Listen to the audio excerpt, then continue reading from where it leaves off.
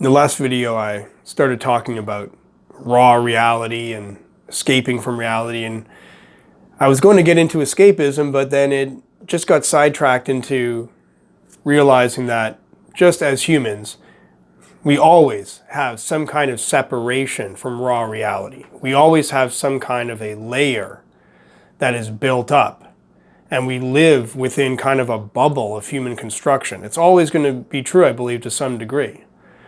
And you can see, going out into the forest and surviving, but even then we still have our tools and our system of knowledge. And so the idea of, just facing raw reality, there's always some limit to it.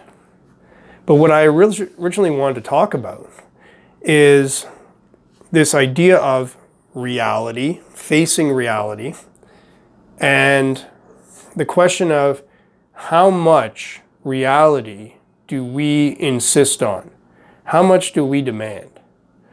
How real do you need your life to be? Now, I think most people would agree that, I want reality. I don't want to live in some fake world. I want something real. And who wouldn't want something real? Because that's how when something's real, you get the real thing. You get something that lasts. Something that's fake is something that might sparkle for a short time. It might appear for a short time, but it has no reliability. It'll just disappear, just evaporate like a cloud. And so anything that is fake is untrustworthy. Whereas something that is real, something that has some kind of a trust you can put into it, something that's reliable, like a solid stone foundation, like that gives us a sense of real, versus a house made out of a cloud, which would be very unreliable. So in principle, it seems like we like reality. But in practice, how far are we willing to take reality? How much do we want reality? How uncomfortable are we willing to get in order to have that taste of truth and reality? Because it seems like when we're feeling strong and, ready to take on the world, then it's like, okay, bring on the difficult reality. I'm ready. I want something real. So bring on the challenge. But when we're feeling weak, when we're feeling like we just want a break, just give me a break already, then it starts to get very tempting that, okay, I'm willing to sacrifice a little bit of this raw reality so that I can get something that's more comfortable.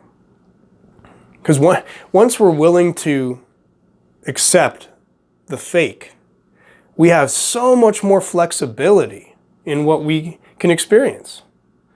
Because, reality can be very limiting, that, it has to sort of resonate with reality. It has to be something real and unmanufactured and sort of like built up out of nature and being close to something that is there in the natural world. We can build something out of it, but it's always going to be close to reality because it is something that is grounded in reality. It's like being grounded, where, we're stuck on the ground. But as soon as we're willing to forego that and accept that things don't have to be real, suddenly we can imagine whatever we want. The sky's the limit. We can go off to the moon. We can imagine any sort of world we want. We can imagine that we are whoever we want. All the chains of reality are cut. And we can simply make our life anything we want. But the cost of it being that it isn't real. And that's just like building the castle out of a cloud. That when the winds change, it evaporates as if it was never there. So it seems like there's always this struggle and this balance that we deal with, where on the one side, We just want pure reality, no matter how ugly it is, no matter how difficult. I want something that is genuine. Versus, I wouldn't mind a nice little story right now. I wouldn't mind being comforted by a story that makes me feel better. And maybe the deciding factor is, how much reality do we insist on? Do we insist all the way that, we just want nothing but raw, ugly truth?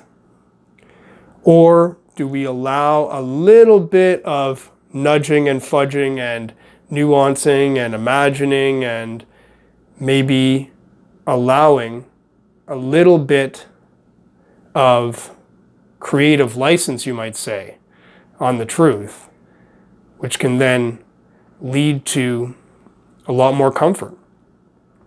But of course, going too far that way, it ends up being fake.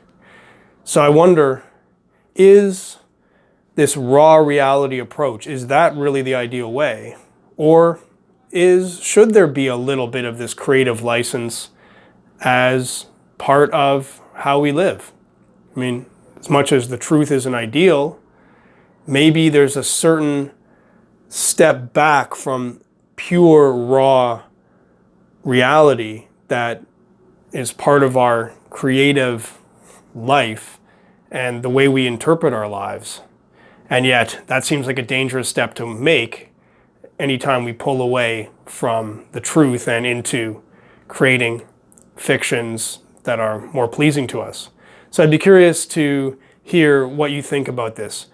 How much is it okay to pull back from pure reality and be creative with the truth versus being completely plugged in to reality? What level of reality do we insist on?